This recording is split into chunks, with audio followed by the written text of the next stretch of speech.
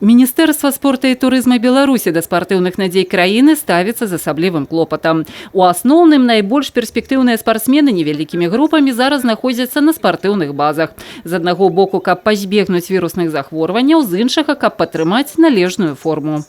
С учетом того, что старты спортивные практически все приостановлены, как в республике, так и в мире, спортсмены сегодня, их основная задача – сохранить спортивную форму, поддержать физические кондиции, ну а пик формы достигать сегодня уже такой задачи не стоит. Незважаючы на карэктывы, якія ўнесла пандэмія, у тым ліку і ў сусветнае жыццё спорту, трэніровачны працэс працягваецца.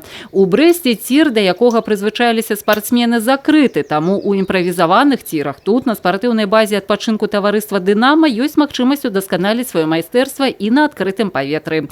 Страляюць у халастую, але тэхналогіі дазваляюць сачыць за вынікам. Я делаю выстрел. Захожу в мишень, делаю выстрел, и потом скат мне показывает, где я сделала ошибку, где нет. Такая работа даже как-то лучше, чем с пулькой. Потому что с пулькой еще не всегда понятно, правильно сделано или неправильно.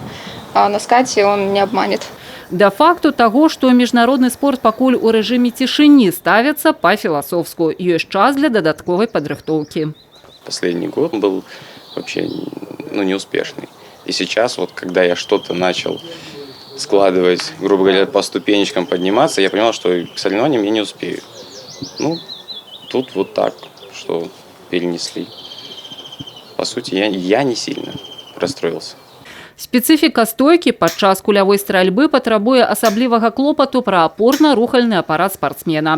Такія канікулы – магчымасць дадатковай агульнай падрыхтоўкі. Стральба – від алімпійскі. На сённяшні дзень беларусы маюць 2 ліцэнзіі на алімпіяду. Адну здабыў і Юрый Шчарбацевіч з Брэста. За астатнімі пропускамі на галоўную спартыўную падзею пытанне, якое пакуль на паўзе. В Пльзене, в Чехии, должны были состояться в период с 15 мая европейские тестовые соревнования, на которых разыгрываются олимпийские лицензии.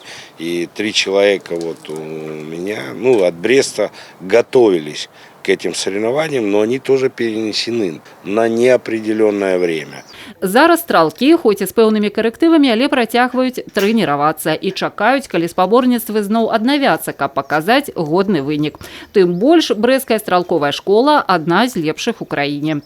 Вераніка Якавец, Тыгран Акапян, тэлерадыёкампанія «Брэст».